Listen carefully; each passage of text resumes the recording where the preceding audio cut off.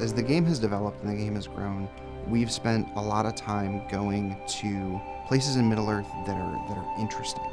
We're on a really strong push right now to get back to the core of the story, and all of the other stuff that builds out Middle-earth is interesting, it's great, it's unique, but the kind of overall gist of what the Lord of the Rings is and where we're going and the driving force can get lost in those areas.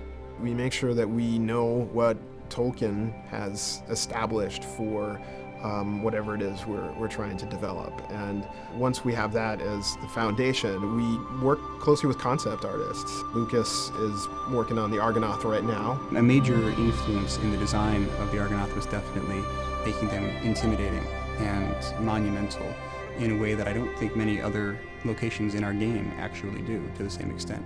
So we want to make sure that when the player sees the Argonath for the first time, they're as impressed and awe-inspired as if they were seeing it in real life. And the main thrust with Riders of Rohan is the war is finally gaining momentum. We have shown glimpses of the war at the edges up in Mirkwood, over in Dunland, and this is where things really start rolling. King Theoden is still under the thrall of Grima Wormtongue, and his nephew Éomer is trying to keep things together.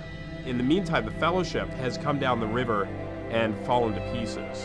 I think one thing about Boromir that gets discarded on, particularly this part of the story, is he's still actually a good guy. And for us, we want to try to show his underlying nobility and his regret at what the ring nearly made him do. Rohan is under siege. There are orcs, goblins, uruks coming in from all sides. We're back with the Fellowship, back to the story in the book of Lord of the Rings, and that tale and that saga and journey.